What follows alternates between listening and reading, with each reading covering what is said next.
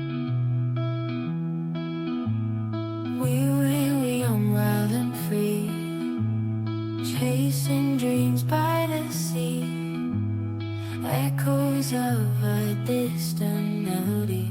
In the nights, just you and me. Photographs and shades of gold. Stories that we've never told. Memories that never grow old. In this heart they're always bold. Time moves on but we stay here. In the moments crystal clear. Echoes of the yesteryear. In our hearts we hold them near. Fading memories in the light.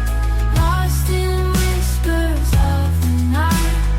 In the silence we take flight. Holding on to what feels right. Walks through streets of neon glow. Silent whispers, tales of woe. In the dark our secrets show. In this art our love will grow. Time moves on but we stay here. In the moments crystal clear. Echoes of the yesteryear. In our hearts we hold them near. Fading memories in the light. Lost in whispers of the night. In the silence we take flight. Holding on to what feels right. In the twilight shadows play. Awful whispers, tales of woe. In the hearts we find our say. In the dawn we'll never stray. Fading memories in the light. Lost in whispers of the night. In the silence we take flight. Holding on to what feels right. As the days turn into years. Through the laughter, through the tears. In the echoes all our steers. In these dreams we face our fears.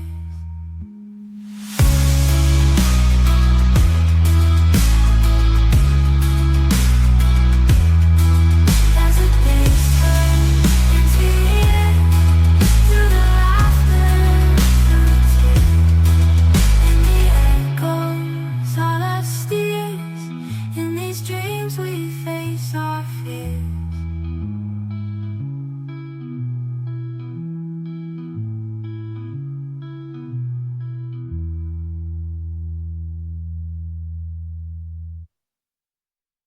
Não é capítulo 16. Deixa eu ver, que eu acho que eu tinha anotado aqui e passei rápido. Às vezes a gente vai de cor e você acaba se traindo. 1 Coríntios não é 16, é 1 Coríntios 6. Isso mesmo. 1 Coríntios 6, 19. Diz assim, olha. Será que vocês não sabem que o corpo de vocês é santuário do Espírito Santo que está em vocês e que vocês receberam de Deus e que vocês não pertencem a vocês mesmos? Então essa regra, meu corpo, minhas regras, ela não é bíblica. Porque vocês não pertencem a vocês mesmos. Então, por mais que eu esteja com vontade de fazer algo, não, meu corpo não é minha regra. Meu corpo deve ser a regra de Deus, porque vocês foram comprados por preço. Agora, pois, glorifiquem a Deus no corpo de vocês. E a Bíblia também coloca que é obrigação daqueles que são servos de Deus defender os vulneráveis. Deuteronômio capítulo 10, versículos 17 e 18. Deuteronômio capítulo 10, versículos 17 e 18. Pois o Senhor Deus de vocês é o Deus dos deuses e o Senhor dos senhores, o Deus grande, poderoso e temível, que não trata as pessoas com parcialidade, nem aceita suborno. Ele faz justiça aos órfãos e às viúvas e ama os estrangeiros. E até continua falando assim, portanto amem os estrangeiros porque vocês foram estrangeiros na terra do Egito. Olha aqui, olha o que Deus falou para Israel. Amem os estrangeiros porque vocês foram estrangeiros na terra do Egito. Eu acho que eu não estou incorrendo num erro hermenêutico de parafrasear a Bíblia assim, amem o feto porque vocês também foram fetos.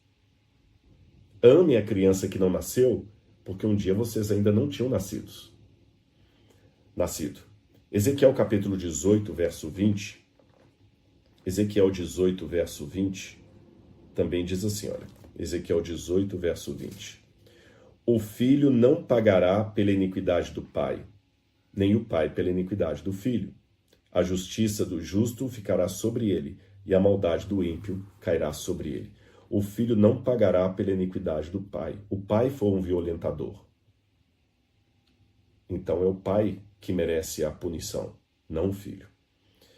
Eu sei que muita gente está falando assim, Rodrigo, você não está olhando o caso da mãe, a mulher que passa por uma violência dessa, é muito complicado e tudo mais.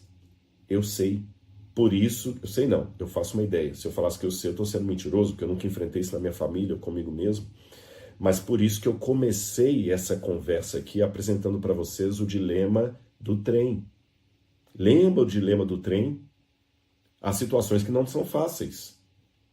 Nós, muitas vezes, quando vemos uma situação de violência contra a mulher, nós estamos com a alavanca na mão. E aí, o que nós vamos fazer? Nós vamos virar a alavanca, poupar aquelas 4 pessoas e matar uma? Ou nós não vamos virar a alavanca para não sermos cúmplices da morte daquele um e vamos deixar que matem os outros 4? Realmente há situações na vida, meus queridos, que não são fáceis. Não são decisões assim que você decide dentro de um escritório. Por isso que eu acho que a posição de um cristão, em primeiro lugar, não é fazer piquete. Agora, sinceramente, é a minha opinião. Jesus nunca recomendou, havia muitas, como eu diria, injustiças em Roma. Muitas. Estude a história do Império Romano. Injustiça atrás de injustiça. Jesus nunca recomendou que seus discípulos fizessem piquete na frente dos quartéis militares de Roma, ou que fossem atacar senadores romanos. Quem faziam isso eram os zelotas. Os zelotas queriam abaixo Roma e fazer passeata e quebrar tudo e roubar dos ricos para dar para os pobres, anarquia geral, proclamar a guerra civil. Estude a história de Shimon Bar Giora, de Judas da Galileia, desses líderes rebeldes que o próprio Barrabás da Bíblia, ele foi escolhido no lugar de Jesus para ser solto pelo povo, que Barrabás era um líder salteador que queria, assim, quebrar tudo, queimar pneu em praça pública. E Jesus falava que não resistais ao perverso. E o perverso era Roma. Jesus parecia covarde demais. Então não acho que a postura cristã agora é falar assim, vamos agora todos juntos quebrar o pau, vamos entrar lá no Senado e fazer isso, vamos entrar na Câmara dos Vereadores, vamos fazer isso, vamos entrar em tal lugar e botar fogo, vamos fazer isso, vamos parar as vias públicas. Não é por aí. Seja o que decidir o governo decide não pode estar acima do meu compromisso com Deus. Eu sou obrigado pela Bíblia a ser um bom cidadão e cumprir com as regras que o governo impõe até o momento em que elas entram em confronto com uma regra bíblica. Por exemplo, enquanto o governo ficar pedindo para eu dar impostos, eu vou dar imposto. Mesmo que não for justo, eu vou pagar imposto, porque a Bíblia fala, dai a César o que é de César e a Deus o que é de Deus. A Bíblia não fala, dai a César o que é de César quando César for bonzinho. A Bíblia não fala, dai a César o que é de César quando César fizer vias públicas para vocês, der água encanada, quando o César não for corrupto. Não, a Bíblia manda dar a César. E César, na época de Jesus, Tibério, não era nada bonzinho. Paulo e Pedro, quando falaram, sejam submissos às autoridades superiores, orem pelos governos, eles estavam falando de Nero, que era um crápula. Quando no livro de Jeremias, Deus recomendou, orem pela paz da cidade que vocês vão morar, Deus estava falando da Babilônia, Nabucodonosor, a Babilônia, o símbolo máximo do mal, orem pela paz da Babilônia. Então, meu dever como cidadão, pelo que eu entendo da Bíblia, é ser um exemplo de cidadão. Porém, olha a contraposição aqui. Se esse mesmo governo, a quem eu sou obrigado a obedecer porque a Bíblia manda, soltar um decreto que eu deva adorar uma imagem, como Nabucodonosor fez perante todo o império, aí, nesse momento, A minha postura tem que ser como de Sadraque, Mesaque e Abdênego, os companheiros de Daniel.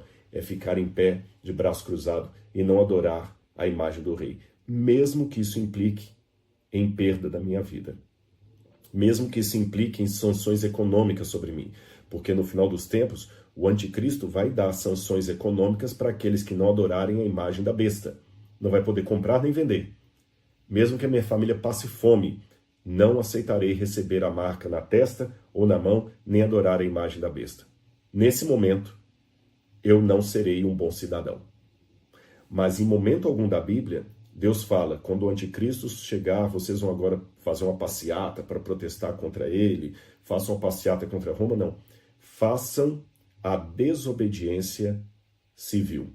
O que é a desobediência civil? É aquela que o Gandhi colocou, ou que Martin Luther King sugeriu. Os negros não podem mais sentar no mesmo lugar que os brancos no ônibus, então os negros não andam de ônibus. Desobediência civil, simplesmente assim.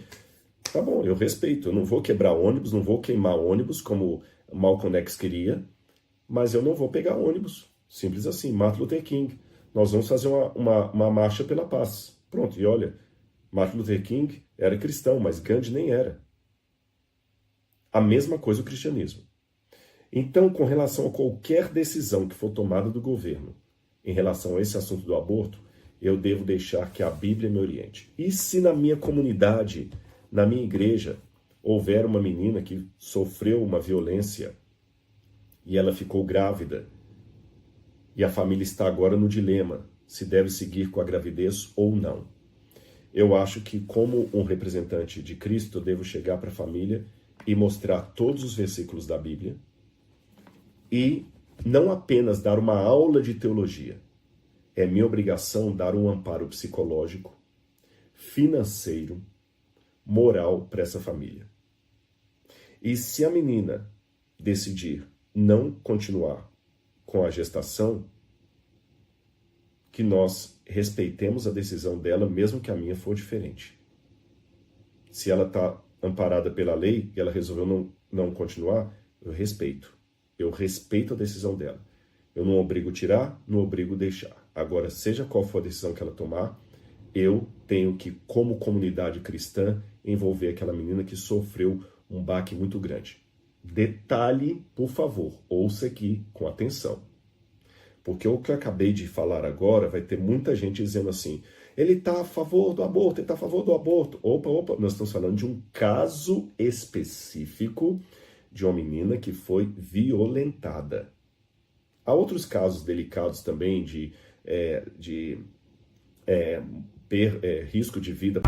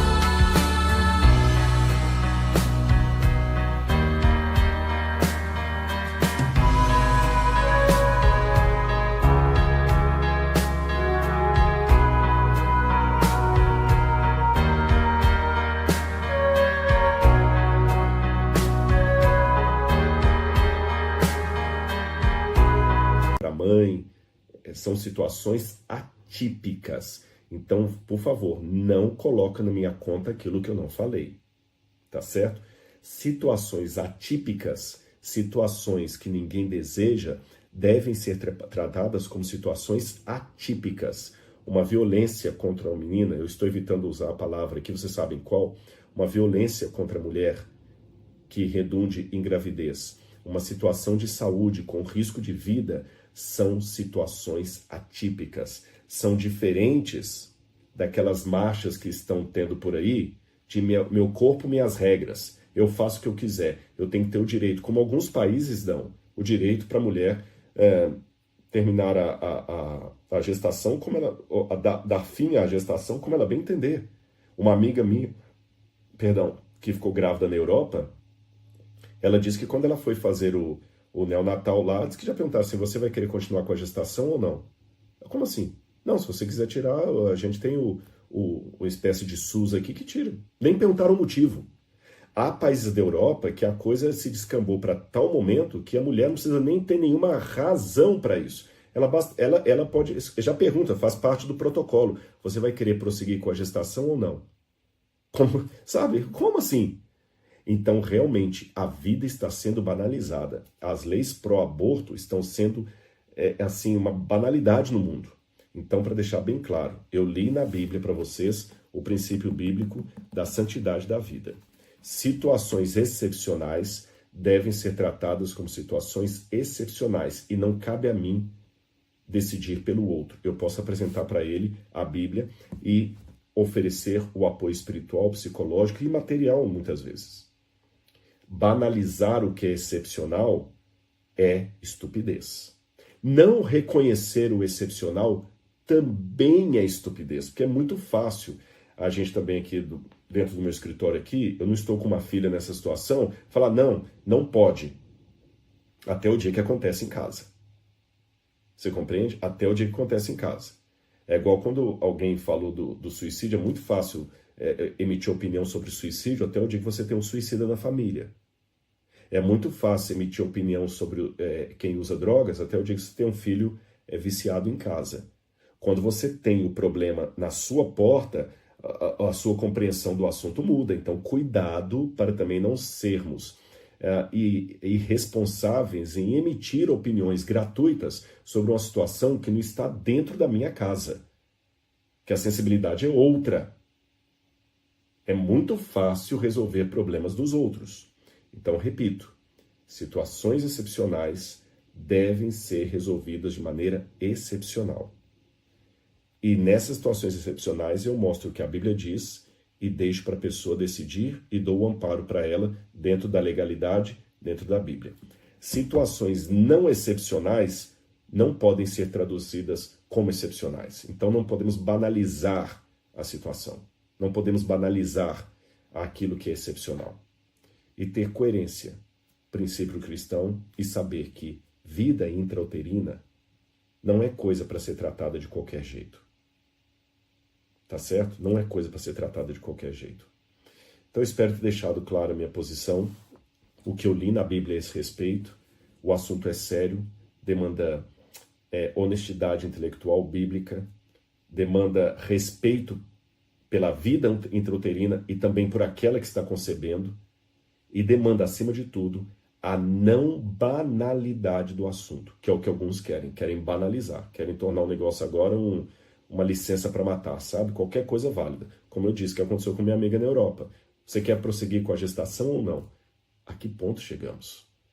A que ponto chegamos? Onde alguns tratam o bebezinho que está dentro da barriga como se fosse, sei lá, algo que você comeu e fez mal e você vai expelir com um bom remédio. Não é assim que funciona, não. E mesmo para aquela que decide não prosseguir com a vida e tem amparo legal, ela também vai ter muitas sequelas emocionais do feito. Então, muito cuidado, pastoral, paternal e, acima de tudo, respeito pela vida humana. Que Deus abençoe você, estude a palavra de Deus, você pode até não concordar comigo, mas eu coloquei aqui a minha posição à luz do que eu leio na Bíblia Sagrada. Um grande abraço e até o nosso próximo encontro. Tchau, tchau.